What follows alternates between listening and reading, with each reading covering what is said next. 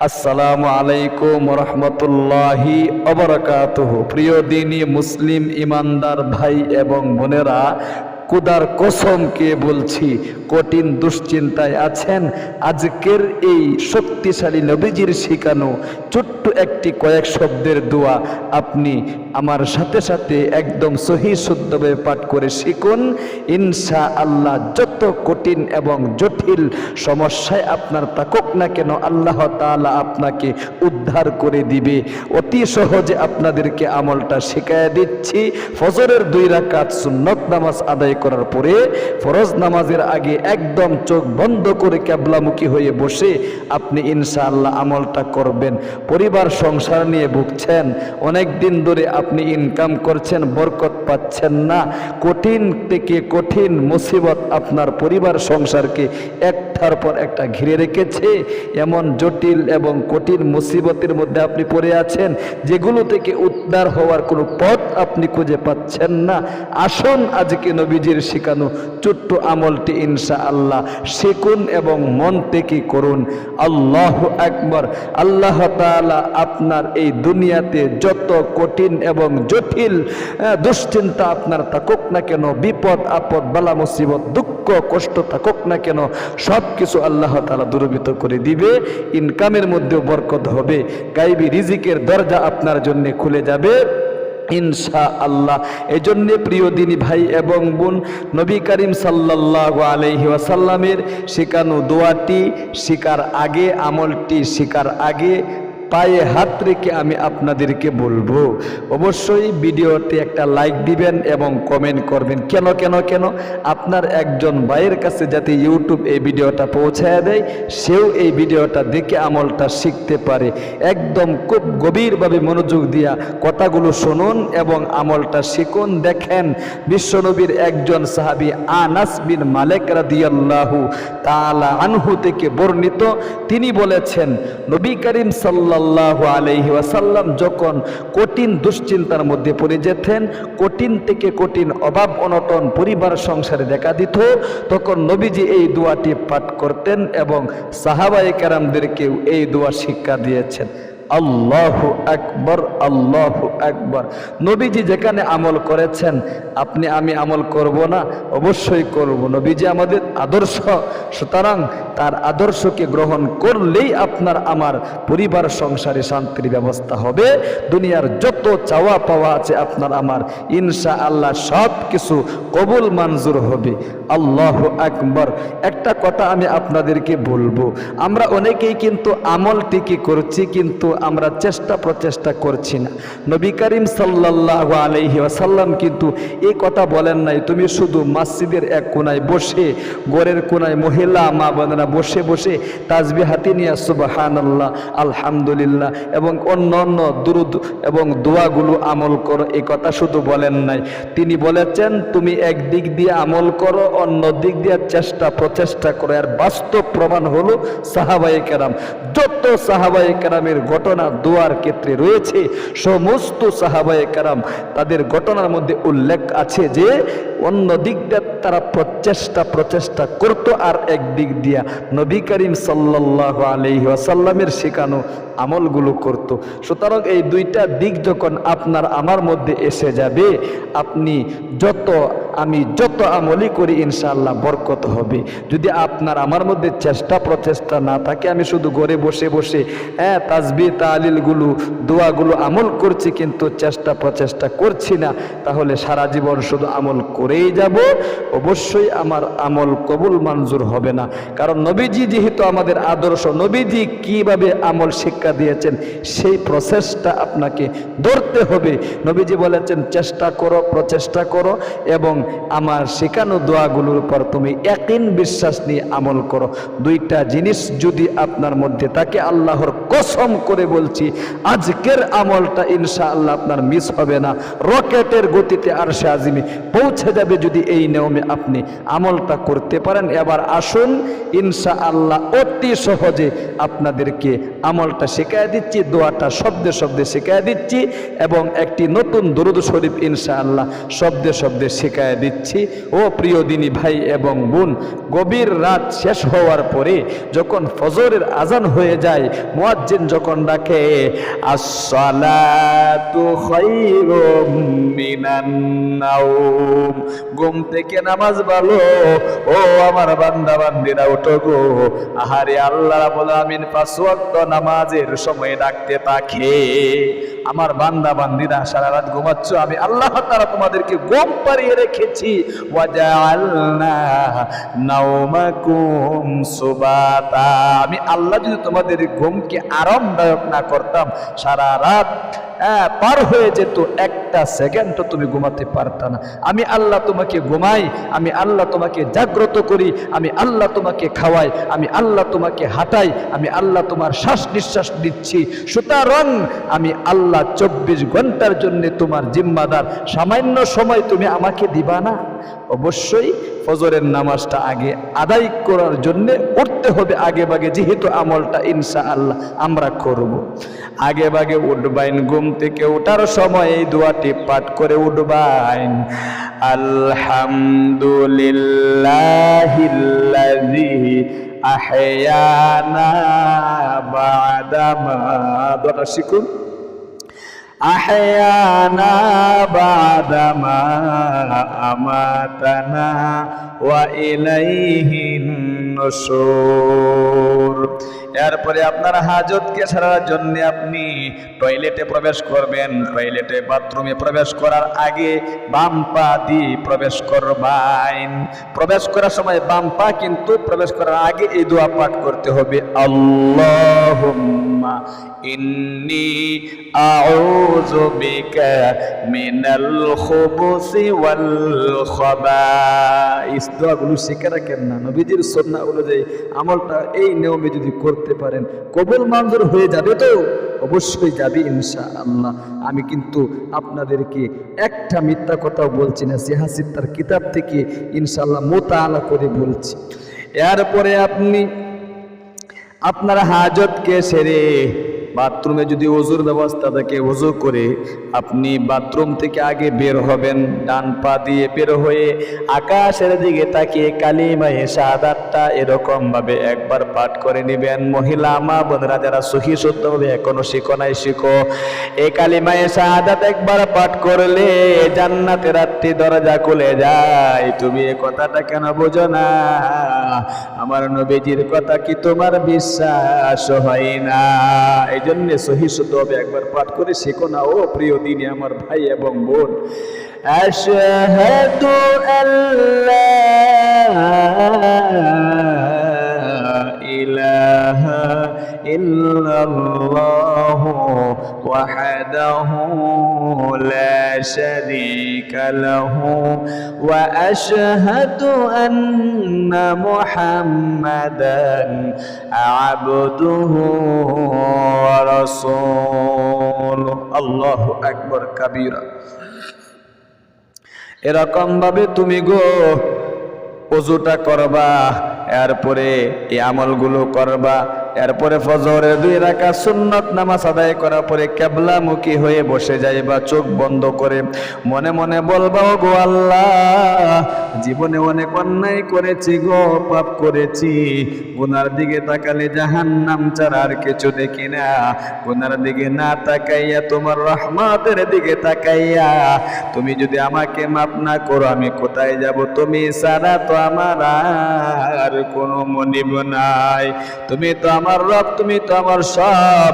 এই কথাগুলো অন্তরে জাগিয়ে আপনি অবশ্যই 1 নম্বরে এই কথাগুলো বলবেন। 2 নম্বরে বলবেন, গো আল্লাহ, পরিবার সংসার নিয়ে অনেক দুশ্চিন্তায় আছি, অভাব অনটন একটার পর একটা লেগেই থাকে, দুঃখ কষ্টে আছি, হতাশায় পড়ে আছি, ঋণগ্রস্ততার মধ্যে আছি গো, হয়রানিতে আছি, টেনশনে আছি। অনেক দিন ধরে ইনকাম করেও বরকত পাচ্ছি না, না কৃষিকাজে বরকত হচ্ছে, না ব্যবসার কাজে বরকত হচ্ছে। অবশ্যই এই সমস্ত বিপদ আপদ বালা মুসিবত দূরীভূত করার জন্যে পরিবার সংসারে যাতে করে শান্তি আসে, সুতরাং এই জন্য আমলটা করেছি, অবশ্যই আমার আমলটা তুমি কবুল মঞ্জুর করে নিবা। এই কথাগুলো অন্তর দিয়া বলতে পারলে আমার আল্লাহ অনেক খুশি হয়ে যায়। বান্দা বান্দি যদি অবনত হয়ে যায়, আল্লাহ তাআলার নিকট চায়, আল্লাহ তাআলা খুশিতে বাগ হয়ে যায়, রহমতের মধ্যে জোশ পয়দা হয়ে যায়। চান না আমলটা করতে ইনশাআল্লাহ?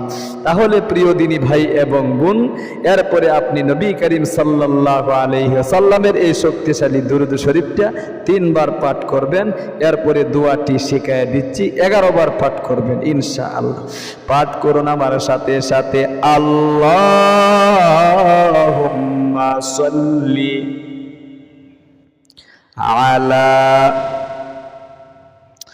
মুহাম্মাদিন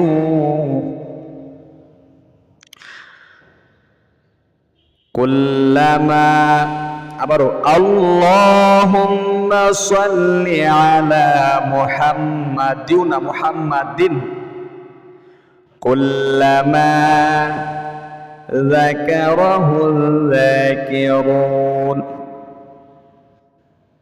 কুল্লামা যাকারাহুল যাকিরুন, وصل على محمد كلما غفل عن ذكره الغافلون। পাঠ করুন আবারও। সহি শুদ্ধ উচ্চারণ কিন্তু শিখতে হবে। অনেক ভাই বেরাদররা কিন্তু আমল ঠিকই করছেন, কিন্তু সহি শুদ্ধ উচ্চারণগুলো আপনার হচ্ছে না। আপনার নাম একটা, আমি যদি বিগড়ি আপনার নামকে ডাকি, আপনার নাম রহমান, আমি যদি রহমান্না ডাকি, তাহলে অবশ্যই আপনি রাগান্বিত হয়ে যাবেন। একটা আল্লাহ তাআলা সিফতি নাম কবিরা গুনাহ হবে। সুতরাং নামকে বিগড়ানো কবিরা গুনাহ। আপনার নামকে বিগড়াইলে যেরকম ভাবে আপনি রাগান্বিত হয়ে যান, এরকম ভাবে যে সমস্ত জায়গার মধ্যে রাসূলের নাম, আল্লাহর নাম রয়েছে, ওই সমস্ত জায়গার মধ্যে সহি শুদ্ধভাবে যদি আপনি না বলেন, অর্থ পরিবর্তন হয়ে যায়। এজন্য শব্দের উচ্চারণগুলো শিখতে হবে কষ্ট করে। আপনার অর্থ পরিবর্তন হয়ে গেলে আল্লাহর রাসূল রাগান্বিত হয়ে যাবে, আল্লাহ তাআলা রাগান্বিত হয়ে যাবে। আপনার আমলটা কিভাবে কবুল মঞ্জুর হবে? বুঝেন না সত্যি কথাটা? তাহলে প্রিয় দিনী ভাই এবং আবারও সহি শুদ্ধ উচ্চারণে শিখুন, আল্লাহুম্মা সাল্লি আলা মুহাম্মাদিন কুল্লামা যাকারাহুল যাকিরুন, وصل على محمد كلما غفل عن ذكره الغافلون। 3 বার পাঠ করবেন, আরেকবার পাঠ করুন, আল্লাহুম্মা সাল্লি আলা মুহাম্মাদিন কুল্লামা যাকারাহুল যাকিরুন, ওয়া সাল্লি আলা মুহাম্মাদিন কুল্লামা গাফালা আন যিকরিহিল গাফিলুন। এরপরে আনাস রাদিয়াল্লাহু তাআলা আনহু থেকে বর্ণিত যে দোয়াটি নবীজির শিখানো, এই দোয়াটি আপনি 11 বার পাঠ করবেন। এরকম ভাবে এই দোয়াটাকে কিন্তু ইসমুল আজম বলা হয়। মনের আশা যাদের পূরণ হচ্ছে না, অতীতের অনেক আশা জমা হয়ে রয়েছে, বর্তমানে আপনি আশা নিয়ে ঘুরছেন, ভবিষ্যতে কি হবে সে আশাও অন্তরে আপনি জাগাচ্ছেন। সুতরাং একসাথে ইয়াকিন বিশ্বাস নিয়ে আমলটা করলে সমস্ত আশা আল্লাহ তাআলা কবুল মঞ্জুর করতে পারে। বিশ্বাস কি আপনার আমার আছে? অবশ্যই আল্লাহ তাআলা পারে। আপনি বিশ্বাস করলেও পারে, না করলেও পারে। আমার বিশ্বাসে আল্লাহ তাআলার কোনো আসে যায় না। এই জন্যে এই ইসমুল আজমের দোয়াটি আপনি অবশ্যই কিন্তু 11 বার পাঠ করবেন। এরকম ভাবে তাসবিহ অথবা আঙ্গুলের করে গনে, ইয়া হাইয়ু ইয়া কাইয়ুম বিরহমাতিকা আস্তাগীস। সহি শুদ্ধ উচ্চারণটা শিখুন কয়েকবার জপে জপে। ইয়া হাইয়ু ইয়া কাইয়ুম বিরহমাতিকা আস্তাগীস। ইয়া হাইয়ু ইয়া কাইয়ুম বিরহমাতিকা আস্তাগীস। ইয়া হাইয়ু ইয়া কাইয়ুম বিরহমাতিকা আস্তাগীস। ইয়া হাইয়ু ইয়া কাইয়ুম বিরহমাতিকা আস্তাগীস। ইয়া হাইয়ু ইয়া কাইয়ুম বিরহমাতিকা আস্তাগীস। এরকম ভাবে 11 বার পাঠ করবেন। এরপরে আপনি আবারও আল্লাহুম্মা সাল্লি আলা মুহাম্মাদিন কুল্লামা যাকারাহু যাকিরুন ওয়া সাল্লি আলা মুহাম্মাদিন কুল্লামা গাফালা আন যিকরিহিল গাফিলুন, এই শক্তিশালী দুরূদ শরীফটি আবারও 3 বার পাঠ করে সংক্ষিপ্ত মোনাজাত ধরবেন ফরজ নামাজের আগেই। মোনাজাতে কি কি বলবেন একটু শিখায় দিই, ধৈর্য ধারণ করে আপনি শিখুন। এই যে ভিডিওগুলো দেখতেছেন আপনারা, অবশ্যই নেকি হচ্ছে, কোনো অযথাই কথা বলা হচ্ছে না। আল্লাহ আল্লাহ রাসূলের কথা শুনলেও লাভ, আমল না করলে যতক্ষণ শুনবেন ততক্ষণ নেকি হবে। আলহামদুলিল্লাহি রাব্বিল আলামিন ওয়াসসালাতু ওয়াসসালামু আলা সাইয়্যিদিল আমবিয়াই ওয়াল মুরসালিন ওয়া আলা আলিহি ওয়া আসহাবিহি আজমাইন। বলবেন আল্লাহ, দুনিয়াতে অনেক অন্যায় করেছি, পাপ করেছি, জীবনের যৌবন গুনাহ করতে করতে নষ্ট হয়ে গিয়েছে। গুনার দিকে তাকালে জাহান্নাম ছাড়া আর কিছু দেখি না। আমার গুনার দিকে না তাকাইয়া গো, তোমার রহমতের দিকে তাকাইয়া তুমি আমার জীবনের যৌবনের সমস্ত গুনাহগুলো দয়ে মুছে সাফ করে নিষ্পাপ করে দাও। অনেক অভাব অনটনে আছি গো, অনেক দুঃখ কষ্টে আছি, হতাশায় পড়ে আছি, ইনকাম করে বরকত পাচ্ছি না, দিন দিন গরিব হয়ে যাচ্ছি, ফকির হয়ে যাচ্ছি, দরিদ্রতা আস্তে আস্তে গ্রাস করে নিচ্ছে, না ব্যবসায় উন্নতি হচ্ছে, না কৃষিকাজে উন্নতি হচ্ছে। আল্লাহ গো, তুমি ছাড়া তো আমার আর কেউ নাই, আমি কার কাছে যাবো, কার কাছে বলবো? তুমি আমার ইনকামের মধ্যে বরকত দাও, পরিবার সংসার থেকে অবনতন দূরীভূত করে দাও, দুঃখ কষ্ট দূরীভূত করে দাও। ফজরের সুন্নত নামাজ আদায় করার পরে সময়টা অনেক দামি। তোমার বিশ্বনবী বলেছেন, তামাম দুনিয়াতে যা কিছু আছে সবগুলো যদি এক পাল্লায় রাখা হয় আর ওই সময় আর এক পাল্লায় রাখলে ওই সময়ের দাম আল্লাহর নিকট বেশি হয়ে যায়। আল্লাহ গো, তোমার নিকট তো এই সময়ের দাম অনেক। আমার এই আবেদনগুলো তুমি অবশ্যই কবুল মঞ্জুর করে নাও। আল্লাহ, আমার মা বাবা ভাই বেড়াদার আত্মীয় স্বজন যারা অন্ধকার কবরে চলে গেছে গো, জানি না তাদের কবরে কি হইতেছে, যদি কোন আযাব গজবের ফেরেশতার হাতে গ্রেফতার হয়ে থাকে, মেহেরবানি করে তাদের কবরের আযাবকে বন্ধ করে তাদের কবরকে তুমি জান্নাতের টুকরা বানায়া দাও। তুমি ছাড়া তো আমাদের আর কেউ নাই, আমরা কার কাছে যাব, কার কাছে বলবো? তুমি তো আমার রব, তুমি তো আমার সব, আমার মাওলা। যেদিন দুনিয়ার থেকে অন্ধকার কবরে চলে যাব, ইমানের সাথে মৃত্যু দিও। আল্লাহ গো, তোমার পবিত্র কালাম পড়তে পড়তে যাতে মৃত্যু হয়, এই তৌফিক তুমি আমাদেরকে দান করিয়া দিও। এরকম ভাবে যাদের স্বামী স্ত্রী মিল মোহাব্বত নিয়ে বলবেন, তাদের চাকরি হচ্ছে না বলবেন, উপযুক্ত পাত্রে কন্যা সন্তানের বিয়ের ব্যবস্থা হচ্ছে না, একটা একটা করে বলবেন। আশা করি প্রিয় দিনী ভাই এবং বোনেরা, আপনারা বুঝতে পেরেছেন কিভাবে আমলটা করতে হবে। সর্বশেষে আখিরি তামান্না ওয়াজআল কালিমাতুনা ইয়াদাল মাউতি লা ইলাহা ইল্লাল্লাহু মুহাম্মাদুর রাসূলুল্লাহ। সাল্লাল্লাহু আলাইহি ওয়াসাল্লাম।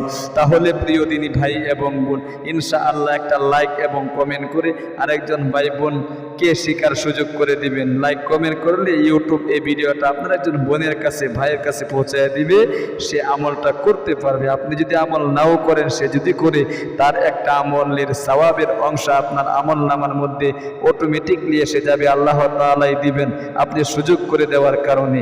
ইনশাআল্লাহ আজ এই পর্যন্তই। সকলেই ভালো থাকুন, সুস্থ থাকুন, আমাদের ইসলামিক চ্যানেলে যুক্ত থাকুন, প্রতিদিনের ভিডিওগুলো দেখুন। আপনাদের সুস্বাস্থ্য কামনা করে আজ এখানে বিদায় নিচ্ছি।